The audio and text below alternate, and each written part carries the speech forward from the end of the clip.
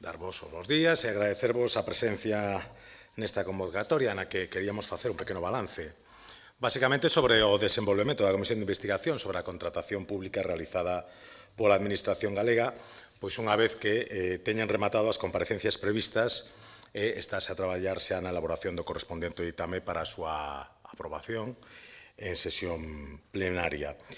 A modo de resumo, podemos decir que esta Comisión de investigación comenzou sendo a Comisión da Difamación, coa que BNG e PSDG pretendían botar abaixo a boa xestión levada a cabo polo Goberno galego, baseándose en dúas cuestións principais: as contratacións públicas realizadas dende a chegada de Alberto Núñez Feijóo á presidencia da Xunta ata a actualidade e a construción do Hospital Público Álvaro Cunqueiro. E pasou, a continuación, a convertirse na Comisión do Esperpento, cando os grupos da oposición deronse conta polo que estaban escoitando da boca dos comparecentes e a través da supervisión da extensa documentación que tiñan ao seu alcance de que non ían conseguir os seus obxectivos e optaron polas declaracións estrafalarias, polas declaracións grotescas, nun intento de desacreditar o que alí se decía. Rematou, como pudemos ver na tarde do pasado mércores, como a Comisión da Vergoña Allea, ante o bochorno que tiveron que padecer os diputados do BNG que, despois de ver como se acreditaba o bo facer do Goberno do Partido Popular durante todos estes anos, viron destapado unha incipiente trama que ben poderíamos chamar de nacionalismo de amiguetes.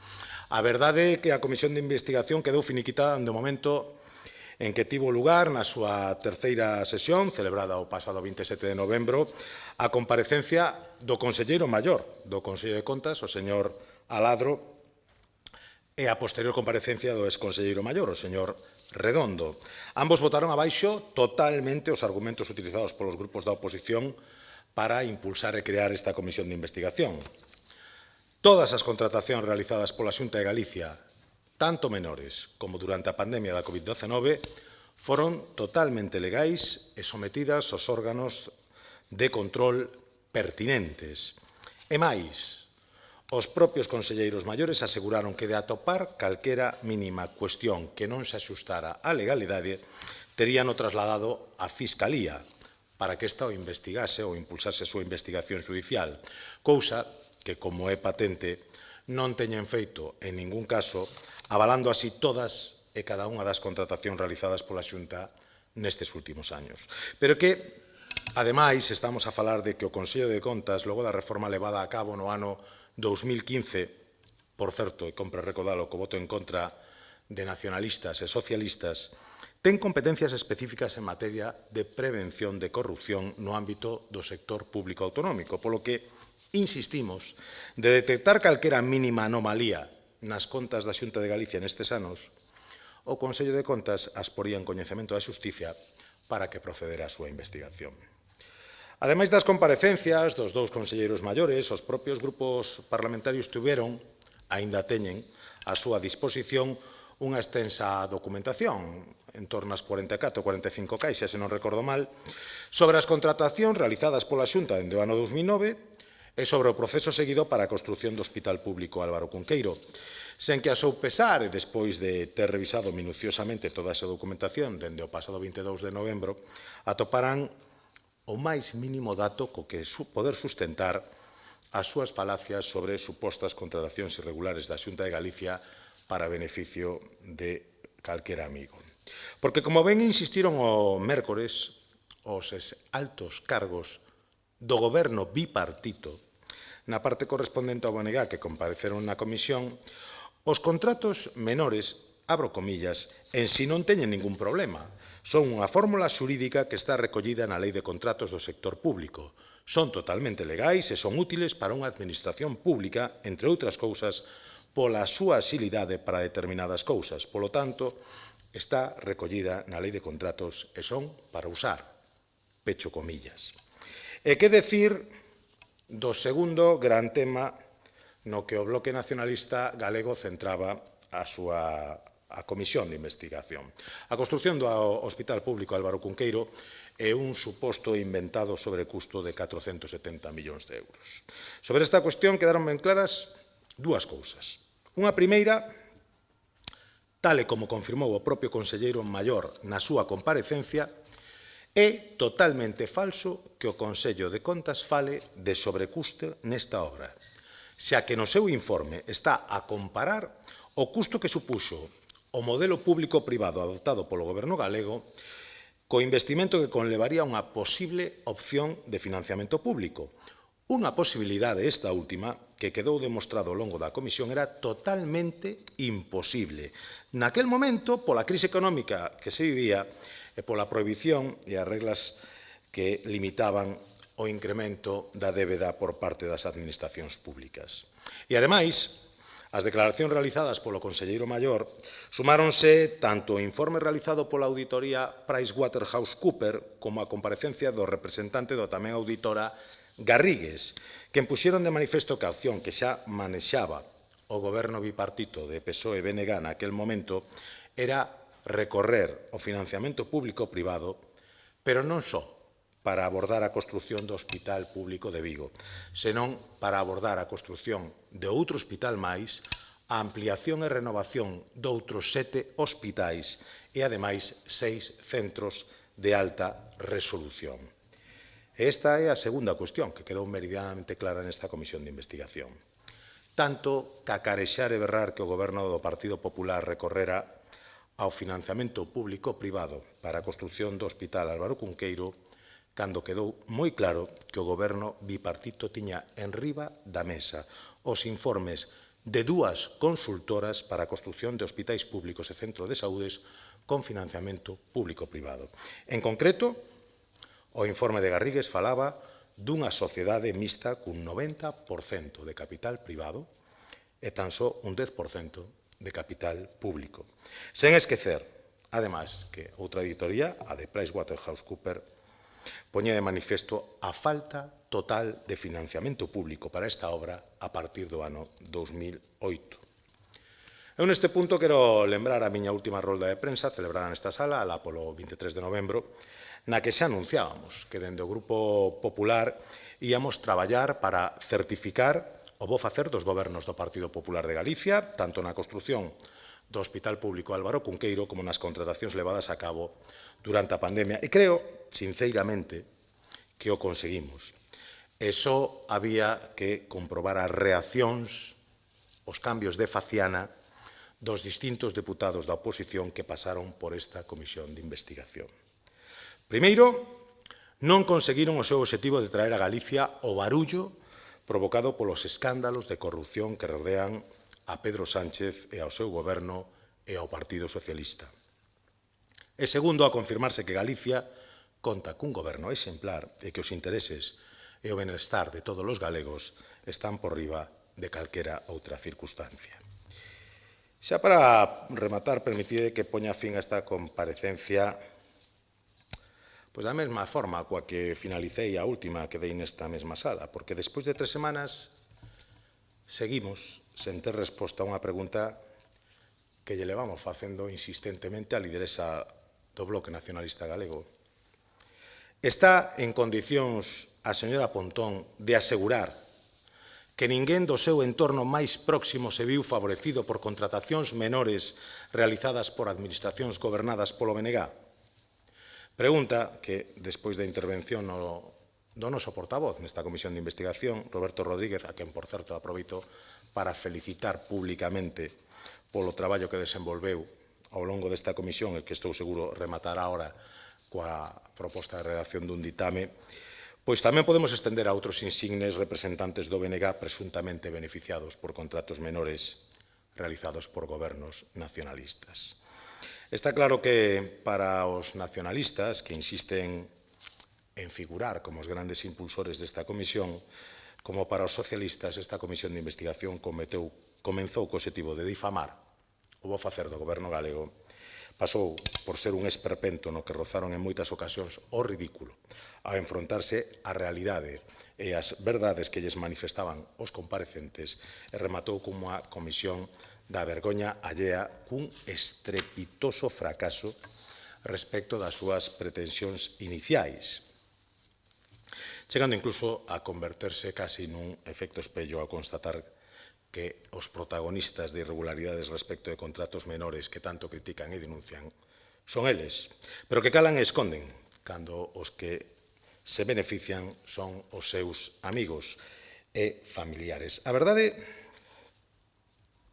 é que o esperpento todavía chegou a máis cando esta mañán se produciu, ou ao menos intentaba producirse, a primeira sesión de traballo da ponencia. Cando os diputados acudiron a esa sesión de traballo para iniciar a elaboración do ditame desta comisión, pois atoparon sós, coa única compañía da letrada da Cámara, porque os grandes promotores desta comisión de investigación, o BNG, pois sigue co seu intento continuo de poñer paus na roda.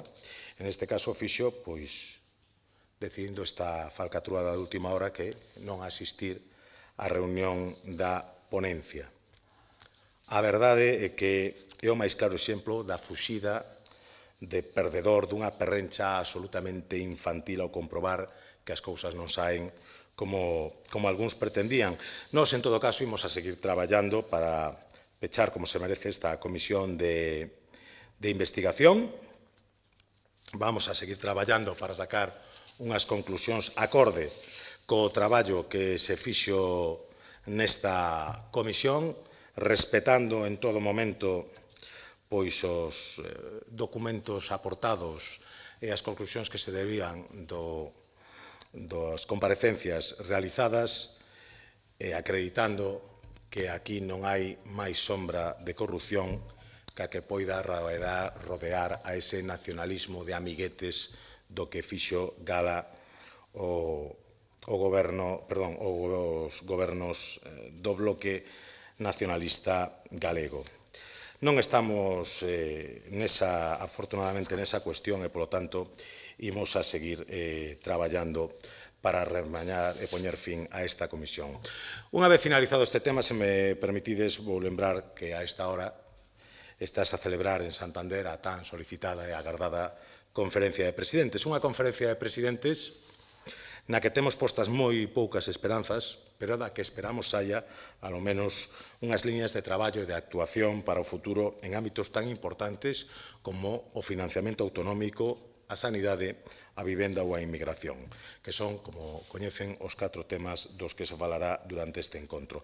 Galicia leva moitos anos agardando por unha modificación do sistema de financiamento autonómico que recoñeza ao fin as nosas peculiaridades sociais e económicas, como son o envellecemento da nosa poboación e a dispersión poboacional, que incrementan notablemente os custos para a prestación dos servicios públicos esenciais, pero que non estamos dispostos a aceptar que o Goberno central negocie unilateralmente propostas de financiamento, porque é algo que ten que saír dun acordo conxunto de todas as comunidades autónomas, no que, como é normal, cada unha delas terá que ceder nalgúnha cuestión para conseguir un beneficio común, para conseguir que alcancemos un sistema equilibrado. E todo isto sen esquecernos da necesidade de que o Goberno central modifique as súas políticas para permitir a chegada de novos profesionais sanitarios aos centros de saúde e hospitais, así como que todos os anuncios que o Goberno de Pedro Sánchez ten realizado en materia de vivenda se convertan en realidade e proceda a transferir fondos e vivendas propiedades da Sareb ás comunidades autónomas para poñer en marcha medidas que definitivamente faciliten o acceso a unha vivenda aos cidadáns que así o están demandando. Pola miña parte, non teño máis que engadir. Se hai algunha cuestión sobre a que me queiran preguntar, pois aquí me teñen a disposición, e senón, pois, sí.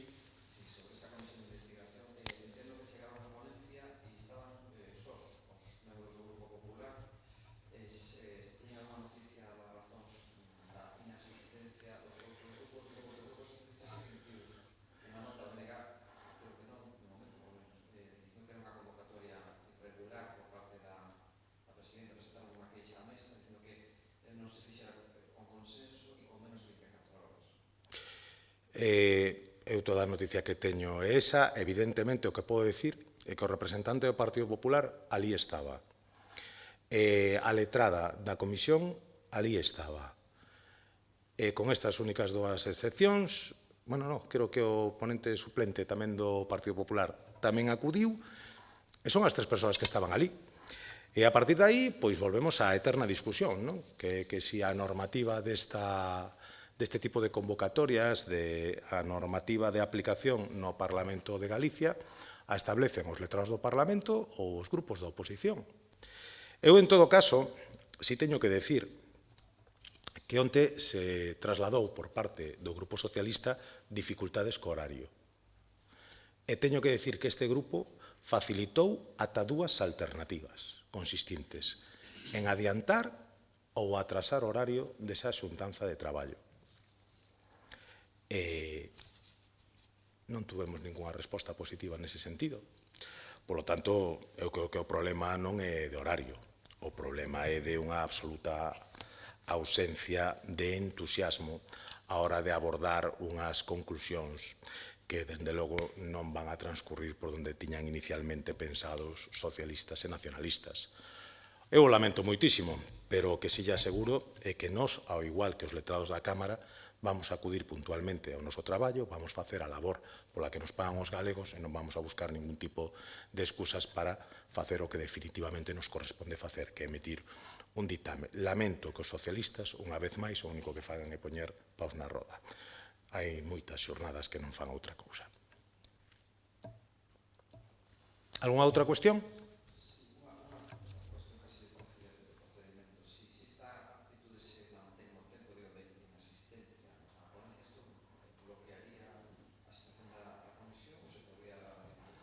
Non, é dicir, a ponencia está constituída, e o que estamos falando neste caso ni siquiera son reunións formais da ponencia, son reunións de traballo.